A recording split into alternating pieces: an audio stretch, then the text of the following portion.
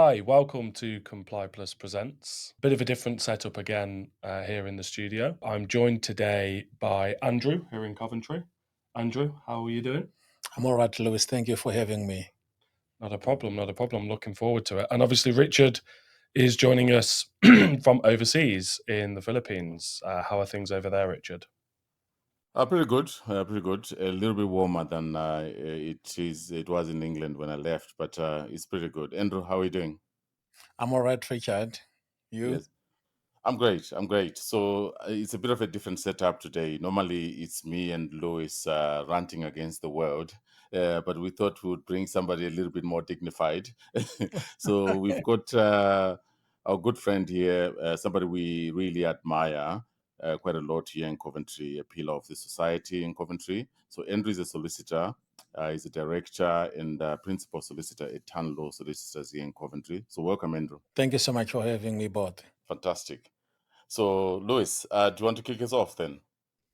Yeah, so I'm sure everyone, all the listeners out there, will be dying to know who Andrew is, where your roots come from, how you've built your business, and where you are as today, as like I say, a pillar of the society here in Coventry. So yeah, Andrew, let's get a bit personal. Could you give the listeners a bit of an insight into who you are? Oh, thank you so much, Lewis. So I'm Andrew Nyamayaro. I am a solicitor in England and a legal practitioner and practicing in Zimbabwe. I'm originally from Zimbabwe and I migrated to England in year 2002, and I've been a resident and a member of the community in Coventry since that period until today. So I've experience in living in both countries. So, if we take it back, Andrew, obviously you talk about Zimbabwe, and like Louis said, if you take it a little bit personal, we said actually at the beginning that you are a pillar of the community here in Coventry and Mm. Warwickshire. Do you want to tell us a little bit more about that? Okay, so in Coventry and Warwickshire, as I've said, I've been in this community since 2002. So when I came to join my wife, Nyaradzo, who was studying at Coventry University as a student nurse. By then, I was already a legal practitioner or a solicitor in Zimbabwe. So it was that we thought, okay, she had already done part of her studies. About 2 years had left. We thought would do about 2 years in the UK and go back to Zimbabwe. But for those ones who might know what happened in history in Zimbabwe those days, the politics started to go wrong and the economy started to go wrong in Zimbabwe. So we decided to stay for a few years and we then had children. I had my son in 2003 and my daughter in 2006. And then we said, okay, we might have to tarry a bit until the children are older. And now they are older now. And in the meantime, for myself, I was doing all sorts of jobs because I had to retrain as a lawyer in the UK. So while I had to raise funds for my studies, pay rent, and so forth, I was doing all sort of jobs, including being a warehouse operative, a cleaner, a van driver, operating my own shop or business in Fossil Road. And then, as part of my process of rehabilitating myself into the legal fraternity, I then started volunteering as a magistrate. Mm. I did voluntary work for organizations such as the Citizen Advisory Bureau and law firms within Coventry. Did my exams and then worked as a paralegal for a while from 2008 to about 2012 when I eventually became a solicitor. Mm. So So when if we can hold that thought, Andrew, because I think we okay, may discuss that a bit later on. Let me take you back to Zimbabwe to sort of say, look, I yes, know you're a husband, you're a father. By the way, actually, maybe I should come clean here. I went to university with Andrew's wife at Coventry University. We were in the same class actually. Then we worked together at UHCW NHS Trust, and she was in a different ward, and we ended up working in research together until I left the trust in 2011. But I want to take you back to Zimbabwe, right? I know Louis wanted to sort of get that background a little bit more, sort of say, look, why law in the first place? How did we get to that? So the reason why I went into law is that when we were in school back then, they used to do what was called career guidance. Mm. So they would send people from different professionals who would come and talk to students and do some demonstrations of what they do, give some literature and so forth. So on 2 occasions, there were some lawyers that came and they pitched to the students about being a lawyer. So I loved that idea of being a lawyer, and also back then, in Zimbabwe, we had only one TV station, ZBC, and they used to stream international programs. One of them was Carson's Law. And I used to watch it a lot. I used to enjoy it when it was happening. So I then got the passion to do law, considering also the community where I was coming from, where really law was not for everyone. And people in the area that I came from were not so much familiar with the law. They would just do what they are told, or they could not challenge anything or say anything, or even some not even know what is a law book. So a combination of all those factors led me to go into law. And when I did my O levels, I then chose art subjects, which were the subjects common for becoming a lawyer in my A level. And then I was fortunate to get into the University of Zimbabwe, because at the time that was the only university Yeah. that could do law in Zimbabwe. There were two universities, University of Zimbabwe and NAST, which was in Bulawayo, which was more of Science and sciences technology. and technology. So I'm grateful for that I was able to get into law. Mm. Yeah, I come from that era as well, where we only had two universities. Unfortunately, I couldn't make it to law school, so I went to do something else. But look, the passion is still quite there. You're known, like I said, for supporting communities, whether it's the legal work, whether it's voluntary for the Citizens Advice Bureau, speaking at events, and even your allotment. Where you've got a vegetable allotment in Coventry near Wheatley, where people connect with you outside of the office. And I know quite a lot of people actually that I've referred to you on a personal level. So how does that feel?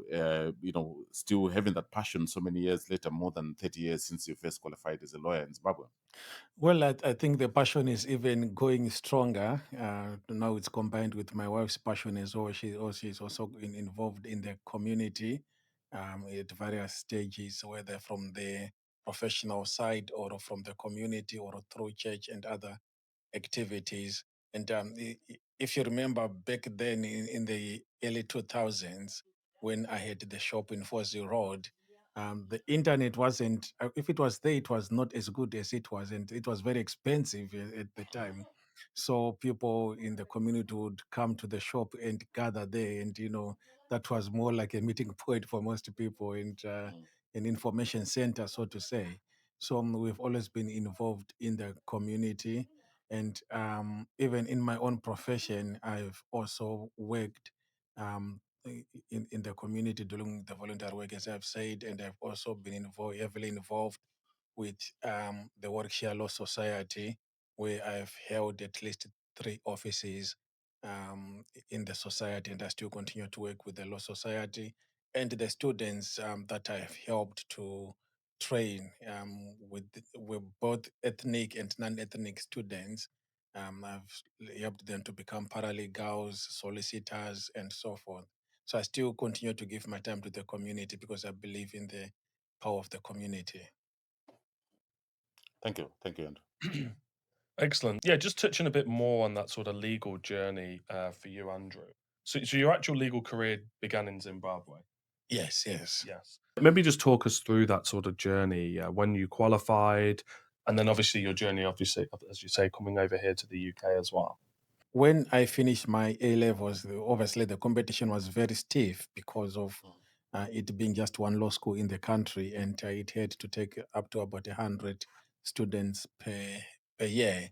So I was privileged enough to be able to get into the law school And when I got into the law school, it was a course of 4 years to get a bachelor's degree honors.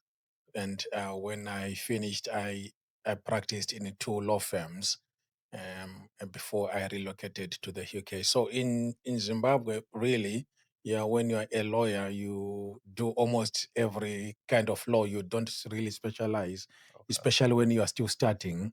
Yeah. So I was doing both civil and criminal law, all sorts of laws that were available. Any client that goes through the door, you don't let them go. You have to save Keep them, hold of them. keep Yeah. hold of them, which So is you've already touched on, like I say, you volunteered as a magistrate, you've worked as a paralegal, and so on your journey to being a qualified sort of solicitor mm. in 2012. But you've not just been a solicitor, you've also led some professional bodies as well. Maybe you could enlighten us on those as well. Yes, thank you so much. So, in terms of my leadership in the professional sector, I have been involved in the paralegal associations, and I've also been involved in organizations that deal with ethnic minorities. I've also been involved in the Zimbabwe International Lawyers Association, where I have been a committee member, still remain as a committee member. I've also served in the National Law Society of England and Wales as a constituent member for Coventry and Warwickshire. And I've served and I continue to serve in the Warwickshire Law Society, which is a regional Mm. law society, not a national one, a regional one, where in 2021 to 2022, I served as the president of the Warwickshire Law Society, and Excellent. previously I'd served as the vice president and the public relations officer. In the meantime, I sit on the board of directors of the Warwickshire Law Society. Excellent. Those are quite incredible achievements, aren't they, Andrew? How did that come about, actually, to say an immigrant who came in and had to retrain in England, then quickly rise and become president of the Warwickshire Law Society? It's quite prestigious, isn't it, as an organization? It is quite prestigious. It is an organization that is there to bring lawyers together. So, and it's also there to help members of the public. So, if, for example, any member of the public has got any issues with a lawyer and they don't know what to do, they can walk into the office or call us or contact us, and then we can be able to help them or signpost them to where they can get help. Or if someone doesn't know which lawyers to contact for any issue that they have, they can contact us. But more so, it is important for us as lawyers that in as much as we are in competition, it is important to recognize and realize that we complement each other. The areas of law that I do might not be done next door. Even if they do it next door, you might not have capacity for all the clients, and there might be issues to deal with. People need different people for different issues. So that's how we work together as a Warwickshire Law Society. And also in terms of training, we do CPD trainings, we do social events together, the President's Law Dinner, President's annual dinner, and so forth. So to me, it is quite an important thing because being a small firm compared to others, we can get our synergy working with other lawyers who have helped us to establish our name in the community. So people now know of Tann Law Solicitors as legal practitioners and members of the community. Oh, brilliant. Yeah. Excellent. Yeah, very, like Richard said, very prestigious accolades, really, and like you say, a very powerful network to be part of. So going to the sort of firm you're a director and owner of now, Tann Law Solicitors, that started in 2016. Mm. How did that sort of idea come about, and how did that journey sort of begin? Obviously, you're coming up to a big anniversary for that business soon as well. Yes, a big anniversary is coming soon. Mhm. So for Tann Law Solicitors, we started in October 2016. That's when we got our authorization from the Solicitors Regulatory Authority, the SRA. I had started working as a solicitor in England in 2012. I was back in the legal sector around 2008. And for all that period, 2008 to 2016, I had gathered enough experience and a lot of clients following me during the period. I was working mainly in Birmingham for the firms that I worked for. I then decided in 2016 that with the experience that I have in the UK of 8 years, I think I should be able to establish a law firm, which thankfully I was able to do. I was initially by myself. I've got a picture that I normally keep as a souvenir in my office where I've got just a small, simple desk, a small printer, and just a laptop. And from a small printer, a laptop, and one person, we've grown into a law firm that has acquired another law firm. They established other branches and networked with other firms, big and small. So the idea came because I just thought working for other people, I've reached my ceiling. I do not see myself going any further. And if I'm going to get into the management of other firms, then I might as well as just do the management of my own firm. That's brilliant. Yeah. No, that's a really interesting journey. And I think, like you say, having things like those pictures keep you sort of humble as well, and also remind you of the hard work that you've had to do to get to the position you're in today. So, with this business, you've actually won some awards as well. Maybe you can, like I say, enlighten the listeners on some of those awards, things like Business of the Year, Community Champion, any others to note? Thank you so much, Louis. Yes, I've been privileged to get some awards. In 2019, we were the Zimbabwe Achievers Awards winner of the year. And we also won an award in 2021, I think, with the Warwickshire Law Society as the small law firm of the year. We've had the other various accolades that we've received, like a community championship. We have received other awards, and we get rated on one of the websites called Three Best Rated. We've been rated as the top 3 law firms in at least 3 areas of law, and we are grateful. So those I can say are the recorded awards that we have. Yeah. But we do have, and those the ones which I value most is the ones which we get from our clients. You do a work for the client, they are very, very grateful. They will come and thank you so much. Thank you so much for this, what you've done for me, for my family, for my business. I was in such a situation, but you have helped me.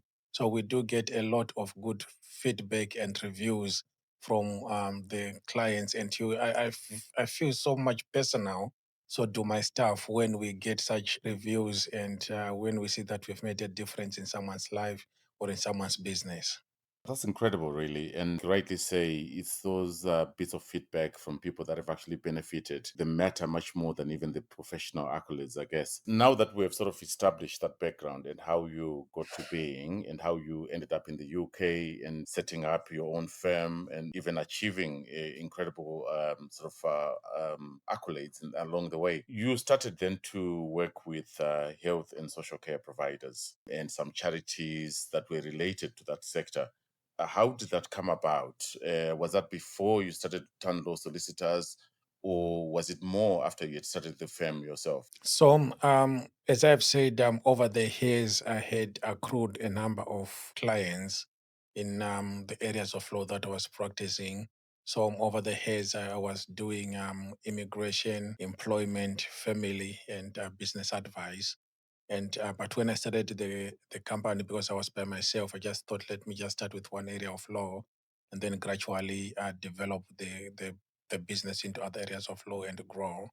So I had some clients from previous experience, but when I started Tann Law, because of the flexibility that I had, I also had a number of businesses starting to instruct us. And eventually, the growth in the healthcare came around 2020, just after COVID. That's when we started to have a lot of business clients in the healthcare sector. And the government then established what is called the Health and Social Care Visa, and we had to assist quite a number of companies, I would say more than 200 companies that we have helped to get their sponsor license. And once they got their sponsor license, they needed assistance in managing the system. Those who are familiar with the system, they will know that it's quite hectic, it's quite archaic, the software that is there. But at the same time, it requires a lot of work which if someone is in their business, it will take them away from what they know to do best, which is the health and social care. And so we help them to manage that system. And for the employees as well, um, they can do the visa applications themselves if they want, but with the visas, you get one chance or one shot. If you mess it up, might mess up your life for the rest of your life in the UK. So people are very careful, so they use our services as well to do their visa applications. So since that period, we've been working with healthcare professionals in those various capacities, as advising them in employment law, advising them in immigration, general advice. Someone is moving offices, they want us to review their lease or to draft their lease, or they've been sued or they are suing someone or they've got a dispute. We do help them in all those regards. So this is quite wide ranging what you've said there. On one side, you've got health and care companies that are applying for sponsor licenses and recruiting internationally from various countries. But also on the other side, you've got individual healthcare professionals perhaps having issues like with their employers or even the regulatory bodies. Am I understanding that correctly? Yes, indeed, that's it. So people have got their own personal issues that we help them, and then business will have issues that you can also help them with. Or even if there's no issues, it's just general advice. It's someone wants to deal with the company's house or want to do with another regulator that that is out there, the HSE, or we have had to deal with tribunals as well, whether it's employment or specialist tribunals on behalf of our business clients. So, what sort of issues typically have you picked up? Because I know you're very active on Facebook, you're on YouTube. I've actually watched some of your videos as well, where you're highlighting some of the worries that perhaps businesses have and how to solve them. You don't only highlight the issues, but you also give people really practical advice for free.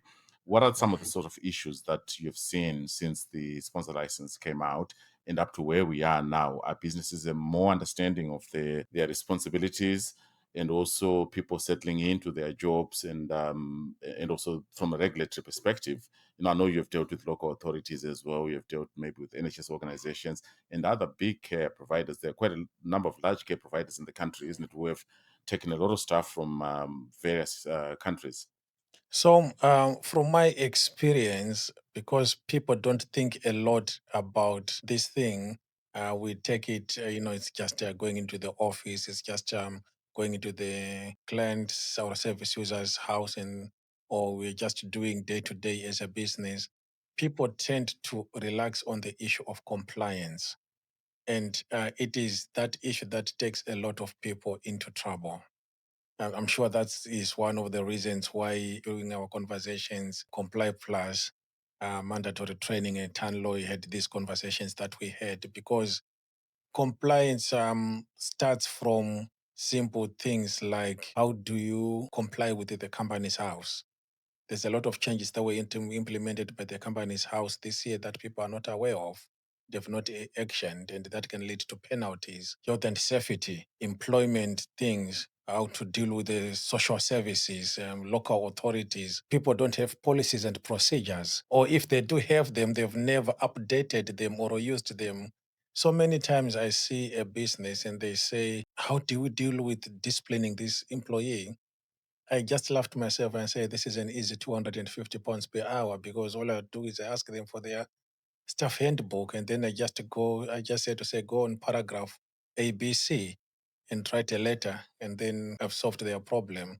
So compliance is something that most businesses take for granted, and yet it has got a lot of issues, maybe penalties that comes with it, if not court orders that might come with it. So that's the things that we normally do. And then maybe just general advice. We do advise people mostly when they are doing their leases or they are moving premises and so forth. But as a short answer, I would say compliance. That's really interesting. So you've actually ended up providing a full circle service in a way, isn't it? Mm. Where there's a wide range of services, and we have seen the same as well, whereby, like you rightly say, we just have a look, because we look at compliance and governance from a higher level. To sort of say, some organizations sometimes they've not even registered in the correct category with Companies House, and they are up and running, and you think, wow, how did the commissioners miss that? How did CKC themselves miss that? So we have actually also been baffled. And if you go back to even when we started this podcast, to just Louis and I talking about issues that we're finding in the sector. And we realized actually that, look, we need to start talking about solutions as well, because at the time the regulators were in trouble themselves, the NHS are in trouble themselves as well. So you find that the governance and regulatory framework was a bit all over the place. And that's how we also started talking to you as well, because we'll then refer some cases to you. And then when people come to you wanting specific policies and procedures or training, you refer them to us. I know you touched on some of the collaborations that we have done. I'll let Louis maybe go into a little bit more detail about that. But I think it's interesting that you, as a lawyer on one side, were seeing similar issues, and we, as a compliance sort of and training provider, we are seeing similar issues, and we found ways of starting to talk and refer work to each other and supporting each other. Because for us, actually, there's only so much we can do. With certain parts of the law, for example, we can't advise on employment law. We can't advise on certain aspects that require a registered solicitor to do that. So, Louis, maybe you can take us into this journey that we have been with Tann Law Solicitors and Andrew specifically. Yeah, definitely. So most people listening will see that there's a need for collaboration between organizations like ours that build software, build solutions, and obviously an expert qualified solicitor to advise people correctly on these matters. Because, like you say, in some of the cases, a solicitor is very much needed. So as I say, we've obviously been discussing this for a while, probably the last sort of 2 to 3 months. We're in the process now of building something called ComplyPlus Legal. So I think it'd be great to get your side of why we've created it and why it can make a difference for people out there, particularly in the health and social care space. Thank you so much. As I've said, during our conversations and our meetings, we discussed coming together because we have realized that we put on different heads and we've got different specialisms, but we complement each other. And for the betterment of the services that we offer to our clients, we saw that it would be good for us to have a connection and a synergy together. I've known you guys for quite a while now, and I've got confidence to say that you are a niche specialist organization who have established credible and very good material and resources for your clients. So I know that you are very much involved in compliance and so much involved in training, education, and a lot of other things, software development. And because of your specialisms and that we offer legal services which are relevant to the healthcare sector, as well as I've said, things like compliance, employment, advice to health and safety, etc. I saw that it was important that we come together with you and provide the service, put it in, so to say, under one roof, rather than for them to go to yourselves or come to us. Of course, there are some things that then become specialist, which Tann Law cannot provide, but we know you do. So that's where you, with the client or customer, would then be dealt with ComplyPlus or mandatory training group, or if it's a specialist type of area that then comes out of our arrangement, then they come to ourselves. But I think what we are bringing out is very good for our clients. Yeah, I think it's quite crucial, really, isn't it? Because even you, as a lawyer, you alluded to your own business. I think it was around 2002, 2003, where you had a shop in Coventry. And you've actually mentioned several times that I've seen some interviews that you have had with other people as well, where you say you got some things wrong yourself. So when you see health and social care providers, many of them sometimes don't see the need for companies like us. They think training is just something that's done, you tick a box and it's gone.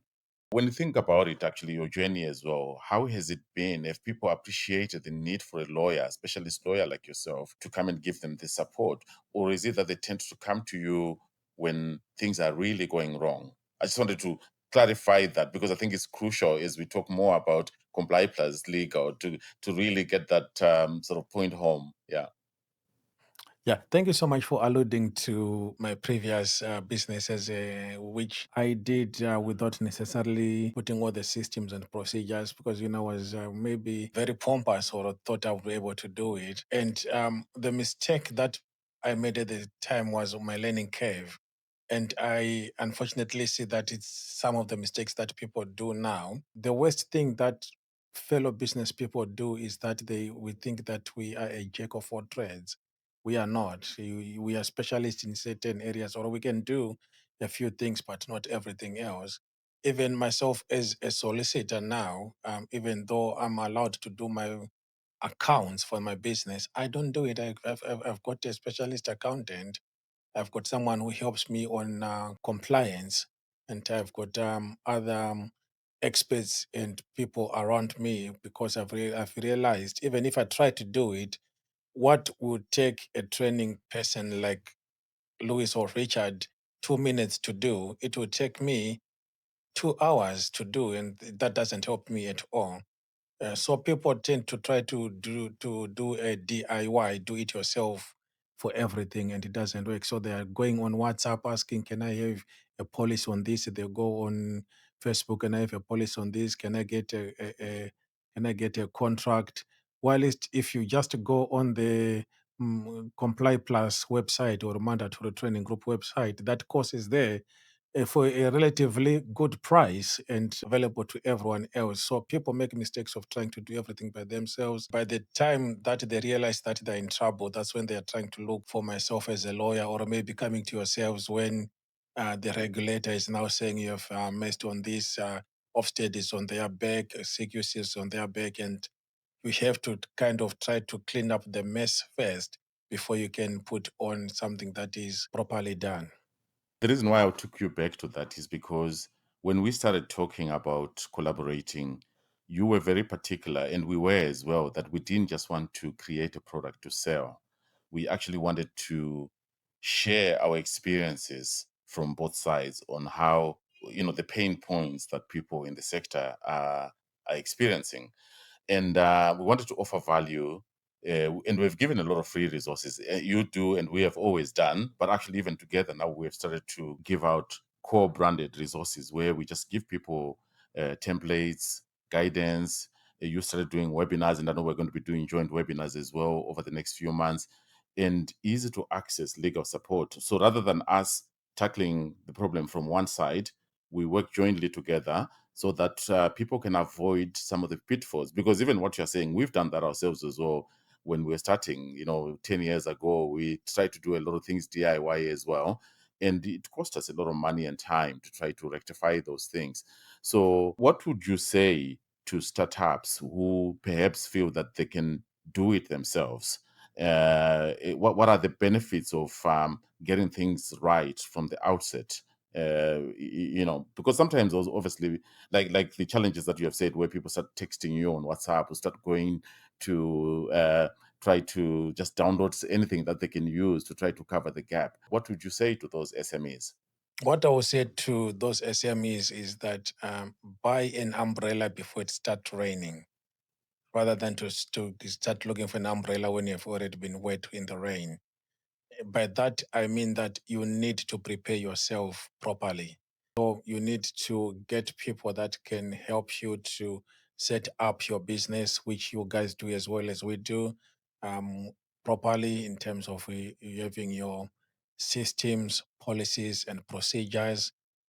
Yourselves, you have helped people to get systems because you're a software development company, and you've got a lot of policies that you have already done up to date in accordance to the current legislation.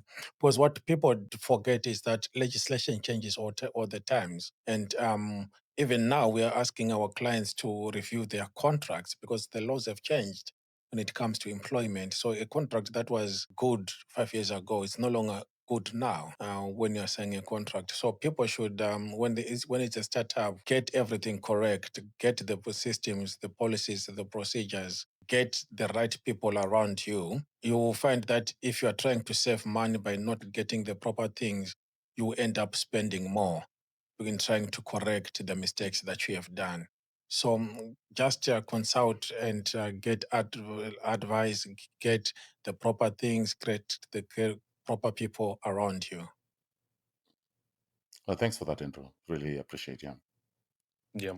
No, I think it's a very good lesson to learn, and like you say, going back to the ComplyPlus Legal discussion on why we want to collaborate is because, like you say, quite often in health and social care, the way people are procuring services is they are having to go to several different places to get everything, because compliance, like you say, isn't just about training, it isn't just about having policies. You've talked very, very well there about the employment laws updates and so on, actually getting stuff through the door, what do you actually need to do to be compliant, dealing with regulators, dealing with local authorities. There's a lot of different sort of facets in a way to build to running a health and social care business, whether it's small or large. There's a lot of consideration. So I think the idea of like you say, joining hats, coming together, it's something we're really, really excited about. And hopefully it's something we can do to make life easier for some of our clients as well. So in terms of looking ahead, we've talked about why we're doing ComplyPlus Legal. We've talked about your sort of expertise, your background. What is your sort of vision for ComplyPlus Legal looking into sort of the future now? Where do you see this venture going? So it is a privilege to be working with ComplyPlus and the mandatory training group, Louis, Richard, and the team behind. It is a privilege working with you guys. And ComplyPlus Legal is a solution, not only for now, it's a solution for the future. And I would urge all of our clients, your clients, anyone out there listening, to consider subscribing for the free material, for the paid material, and everything that we are going to do, because it covers a lot. It covers training, it covers compliance, it covers software development from your side, it covers the legal side from us, and outside of ComplyPlus, we also have our own connections that we have dealt with, that we trust. So if someone, for example, is to go to either organization and you've got a problem or an issue that we do not have a solution for you, we know where to refer you to. People that we have dealt with. For example, I don't do conveyancing, but if there's a business customer who wants to buy an office or a personal house, I know conveyancers that I know that they are very good conveyancers. I can refer the person to them. So we have started this ComplyPlus Legal. We would be doing more add-ons of services as we progress through our own discovery as a provider of services, or even from feedback that we get from our clients and service users. I value a lot what the people we serve say, because if we do what they say, if someone says improve on this, that's quite important, because though they're saying it because they want to continue using our services. So as long as it is making sense and meaningful, ComplyPlus Legal, we will work together with our business customers and other stakeholders, with like the social workers, local authorities, regulators, because I believe, Louis and Richard, that we are going to be recognized by the big guys in the sector, and we are going to be recognized by other stakeholders, the local authorities who want to have meetings with us, and the regulators who know that there's ComplyPlus, which is helping them. Because if they know that this solution is solving a problem that they are facing from stakeholders, the business that they're dealing with, they will obviously say, can you consider using their services? And that's where we want to be. Interestingly, we actually, for several years now, have been dealing with people that are referred by CQC inspectors sometimes, or commissioners themselves.